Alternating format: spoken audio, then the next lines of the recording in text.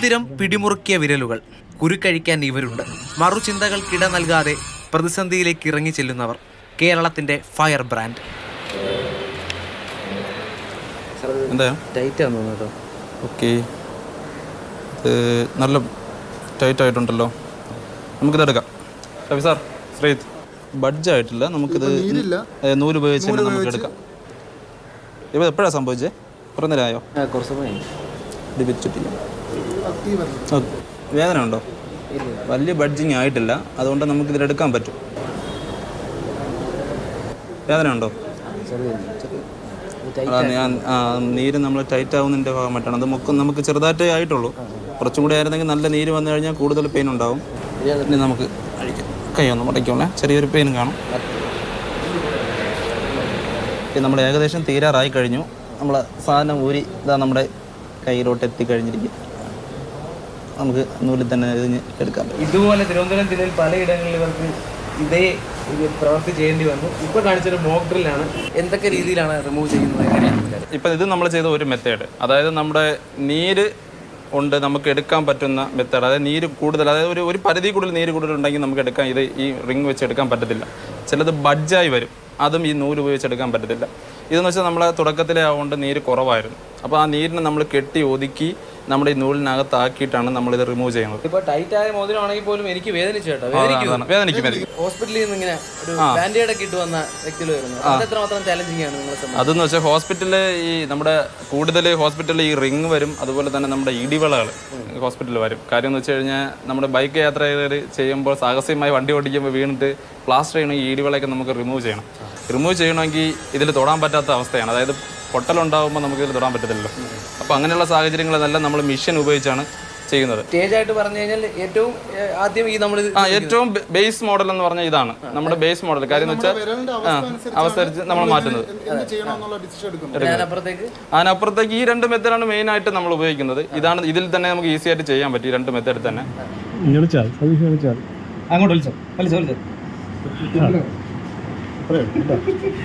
ആദ്യം ഞങ്ങൾ ഭയങ്കര എക്സൈറ്റഡ് ആയിരുന്നു ഇതെങ്ങനെ, കാരണം ഇത് നോർമലി, അതായത് കോമൺ ആയിട്ട് ഒരുപാട് പേർക്ക് വരുന്ന ഒരു പ്രശ്നമാണിത്. അപ്പം നമുക്കും നമ്മുടെ ഈ ഫീൽഡിലേക്ക് വരുമ്പോൾ ഇതെങ്ങനെയായിരിക്കും, നമുക്കും വേറെ പുറത്തായിരുന്നാലും ആൾക്കാർക്ക് പറഞ്ഞു കൊടുക്കാം, എങ്ങനെയാണ് ചെയ്യുന്നതെന്ന് പറഞ്ഞു കൊടുക്കാം. അങ്ങനെയൊക്കെ ഭയങ്കര എക്സൈറ്റഡ് ആയിട്ടാണ് ആദ്യമായിട്ട് വന്നത്. പറഞ്ഞു കൊടുക്കാൻ വേണ്ടി ആദ്യം നോക്കി ചെയ്തു കൊടുക്കാൻ.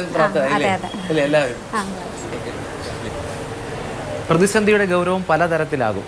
ഏതു പ്രതിസന്ധിയിലും നെഞ്ചും വിരിച്ച് ആത്മവിശ്വാസത്തോടെ കൂടെ നിൽക്കാൻ ഇവർ ഉണ്ട് എന്നുള്ളതാണ് ഏറ്റവും അഭിമാനം. വിജു വി എസിനൊപ്പം രാഹുൽ ജിനാഥ്, മാതൃഭൂമി ന്യൂസ്, തിരുവനന്തപുരം. രാഹുലെ, നമ്മൾ എപ്പോഴും ഫയർഫോഴ്സുകാരെയൊക്കെ അഗ്നിശമന സേന അംഗങ്ങളെ സമീപിക്കുമ്പോൾ ഗുരുതരമായ എന്തെങ്കിലും പ്രശ്നത്തിനായിരിക്കും എന്ന് കരുതുമെങ്കിലും ഇത്തരം ചെറിയ കാര്യങ്ങൾക്കും സമീപിക്കാറുണ്ട്.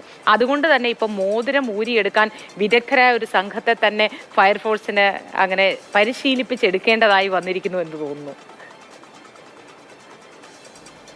സത്യത്തിൽ ഒരു 2 ആഴ്ചയോളം പല വാർത്തകൾ, അതായത് മോതിരം ഇങ്ങനെ കൊടുങ്ങുന്നു, അത് ഫയർഫോഴ്സിൻ്റെ സഹായത്തോടെ മുറിച്ചു മാറ്റുന്നു അല്ലെങ്കിൽ അഴിച്ചു മാറ്റുന്നു എന്നുള്ള വാർത്തകൾ കണ്ട് അതിൻ്റെ കൗതുകത്തിലാണ് ഇതിനെപ്പറ്റി അറിയുന്നത്. കാരണം ഇത്രയധികം എണ്ണം ഉണ്ടല്ലോ എന്നുള്ള കൗതുകത്തിനെ പുറത്താണ് ചെല്ലുമ്പോൾ അവർ പറഞ്ഞത് മാസം, ഈ സ്റ്റോറിയിൽ പറഞ്ഞതുപോലെ 35ഓളം കേസുകൾ വന്നിട്ടുണ്ടെന്നാണ് പറയുന്നത്. അങ്ങനെ ഞാൻ എൻ്റെ ഈ മോതിരം എടുത്ത് പരമാവധി ടൈറ്റാകാൻ പറ്റുന്ന വിരലിലേക്ക് ഇട്ട് കഴിഞ്ഞിട്ട് പിന്നീട് ഇവർ, ഞാൻ പറഞ്ഞൊരു മോക്ക് ഡ്രിൽ പോലെ ചെയ്യാമെന്ന് പറഞ്ഞപ്പോൾ വളരെ പ്രൊഫഷണലായിട്ടാണ് എന്നോട് ചോദിച്ചത്. ചില ചോദ്യങ്ങൾ ചോദിക്കുമ്പോൾ എനിക്ക് ഉത്തരം പറയാൻ കഴിയുന്നില്ല, കാരണം ഇത് മോക്ക് ഡ്രില്ലാണല്ലോ. അപ്പോൾ അങ്ങനെ ചെയ്ത് ഞാൻ ഇത് സസൂക്ഷ്മം എൻ്റെ കയ്യിലേക്ക് നോക്കുമായിരുന്നു. അപ്പോൾ ആദ്യം അവർ നൂലിട്ടിട്ട് ഇങ്ങനെ പിടിച്ചു. നൂലിട്ട് ഇങ്ങനെ വരിയുമ്പോൾ നമുക്ക് അതിൻ്റേതായ ഒരു വേദന ഉണ്ടാകും, കാരണം ആ പ്രൊസീജിയർ അങ്ങനെയാണ്, ഊരി വരാൻ വേണ്ടിയിട്ടുള്ള പ്രൊസീജിയർ അങ്ങനെയാണ്. അപ്പോൾ ഇതെല്ലാം പറഞ്ഞു കഴിഞ്ഞിട്ടാണ് അടുത്ത ഘട്ടത്തിലേക്ക്, അതായത് ഓരോ ഘട്ടമാണെന്ന് മനസ്സിലായല്ലോ, ഓരോ അടുത്ത ഘട്ടത്തിലേക്ക് ഇത് ഡ്രില്ല് ചെയ്ത് മാറ്റുകയാണെന്ന് പറഞ്ഞത്. ഞാൻ ചെയ്താലോ എന്ന് ചോദിച്ചു. സ്വാഭാവികമായിട്ട് ടെൻഷൻ ഉണ്ടാവും, കാരണം ആ ഡ്രില്ലിങ് മെഷീൻ നമ്മുടെ കൺമുന്നിൽ ഇങ്ങനെ കറങ്ങുകയാണ്. അപ്പം ഒന്ന് മാറിക്കഴിഞ്ഞാൽ വിരളാണ്, മാംസമാണ്, തൊലിയാണ്. അങ്ങനെ എന്തായാലും ഇവർക്ക് ഇത്രമാത്രം വൈദഗ്ധ്യമുണ്ട്, ആത്മവിശ്വാസമുണ്ട് എന്നുള്ള ഒരു തോന്നൽ എനിക്കുണ്ടല്ലോ. അത് കാരണം 35ഓളം കേസുകൾ വരുന്നതിന് മുമ്പും എൻ്റെ ട്രെയിനിങ് കിട്ടിയിട്ടുണ്ട്. ഞാനങ്ങ് ഇരുന്നു എന്നുള്ളതാണ്. അപ്പോഴും ഇത് എന്താ പറയുക, ഇത് ഷൂട്ട് ചെയ്യുന്നുള്ള ബോധ്യമൊന്നുമില്ല. ഞാൻ എൻ്റെ വിരലിലേക്ക് നോക്കുകയാണ്, ഇത് കറക്റ്റായിട്ട് വരുമോ എന്നുള്ള സ്ഥാനത്ത് വരുന്നത്. പക്ഷേ കൃത്യമായി അത് വളരെ എന്താ പറയുക കൃത്യതയോടെ അത് ചെയ്യാൻ കഴിഞ്ഞു എന്നുള്ളതാണ്. അതിനൊപ്പം ഇതിനിടയിൽ നടന്ന കാര്യങ്ങളാണ്. അതായത് ഇത് ചെയ്യുമ്പോൾ അവർ ചോദ്യങ്ങൾ ചോദിക്കുന്നുണ്ട്. ഈ സ്റ്റീൽ മോതിരം ആകുമ്പോൾ നമ്മൾ ഡ്രിൽ ചെയ്യുമ്പോൾ കയ്യിൽ ഈ പറഞ്ഞതുപോലെ ആ സ്റ്റോറി പറഞ്ഞതുപോലെ ഒരു ചൂട് അനുഭവിക്കുക. അപ്പോൾ അതിനുവേണ്ടി വെള്ളം സ്പ്രേ ചെയ്യുന്നത്. അപ്പോൾ അത്തരത്തിൽ ഓരോ ചോദ്യങ്ങൾ എന്താ പറയുക, വേദനയുണ്ടോ, ഇപ്പോൾ റെഡിയാകും എന്നൊക്കെയുള്ള ചോദ്യങ്ങൾ അവർ പറഞ്ഞ് ശീലിച്ചതാണ്. അത് എന്നോടും പറഞ്ഞു എന്നുള്ളതാണ്. അത്തരത്തിൽ അവർ ഒരേ സമയം ഏകാഗ്രമായിരിക്കണം, സസൂക്ഷ്മം ഈ മോതിരം പരിശോധിക്കണം, മെഷീൻ ഉപയോഗിക്കുമ്പോൾ അതിൽ കൃത്യത വേണം. അതിനോടൊപ്പം തന്നെ ഇരിക്കുന്ന ആളുടെ മാനസികാവസ്ഥ കൃത്യമായി എന്താ പറയുക നന്നായി വെക്കാനുള്ള പരിശ്രമം നടത്തണമെന്ന് പറയുന്നത് വളരെ എന്താ പറയുക ഭയങ്കര രസമുള്ള കാര്യമാണ്. അതിൽ പുതിയതായി വന്നു ചേർന്നവരുണ്ട്, അവർക്കും ഭയങ്കര എക്സൈറ്റ്മെൻറ്റോടെ പാഠങ്ങൾ പഠിച്ച കഥകൾ പറഞ്ഞു. എന്തായാലും ഇത്തരം സംഭവങ്ങളുടെ പിന്നിൽ എന്താ പറയുക ഒരു പരിശീലനത്തിൻ്റെയും എന്താ പറയുക ആത്മധൈര്യത്തിൻ്റെയൊക്കെ കഥയുണ്ട് എന്ന് പറയുമ്പോൾ കുറച്ച് ദിവസങ്ങൾക്ക് മുമ്പ് ഇവർ ചെയ്ത കാര്യങ്ങൾ അതുവഴി നമ്മൾ ഇവരെ എന്താ പറയുക വലിയ ഒരു സൂപ്പർ ഹീറോസ് അല്ലെങ്കിൽ അത്തരത്തിൽ സ്വന്തം ജീവൻ പോലും പണയം വെച്ച് ഇത്തരം കാര്യങ്ങളിലേക്ക് ഇറങ്ങുന്നവരെന്ന് പറയുമ്പോൾ ഇത്തരത്തിൽ പല കാര്യങ്ങളിൽ പല പ്രതിസന്ധികൾ നേരിടാനുള്ള പരിശീലനം നേടിയവരാണ് ഇവരുള്ളത്. നമുക്ക് ചുറ്റുപാട് ഇവരുള്ളത് അഭിമാനമാണെന്ന് മാത്രമാണ് ഈ ഘട്ടത്തിൽ പറയാനുള്ളത്. എന്തായാലും ഇത്തരത്തിലുള്ള കാര്യങ്ങൾ നേരിട്ടെന്ന് അറിഞ്ഞപ്പോൾ അതിൻ്റെ കൂടി സന്തോഷമുണ്ട്. സത്യമാണ്, ആ പരീക്ഷണം ടെൻഷനുള്ളതായിരുന്നു. ഞാനും ഇങ്ങനെ നോക്കിയിരിക്കുകയായിരുന്നു. എന്തായാലും ഒടുവിൽ അവരെന്നും ചെയ്യുന്ന പോലെ ഇത് വിജയിച്ചു എന്നുള്ളതാണ് അവർ പറയുന്ന ഏറ്റവും പ്രധാനപ്പെട്ട കാര്യം. ഈ മോതിരം അത് സ്റ്റീൽ മോതിരമാണെങ്കിൽ ഇത്തരത്തിൽ പ്രശ്നങ്ങളുണ്ടാകും. മോതിരം ഊരി ഇടയ്ക്കിടെ എപ്പോഴും ഇട്ടുകൊണ്ടിരിക്കാതെ ഇടയ്ക്ക് ഊരി വെക്കണം എന്നൊക്കെ അവർ പറഞ്ഞിട്ടുണ്ടായിരുന്നു. പിന്നെ അതെ, നമ്മുടെ ഭാഗത്തൊന്നും നമ്മൾ ശ്രദ്ധിക്കേണ്ട ഒരുപാട് കാര്യങ്ങളുണ്ട്. അവരിത്രയും റിസ്ക് എടുത്ത് പല കാര്യങ്ങളും ചെയ്യുന്നു.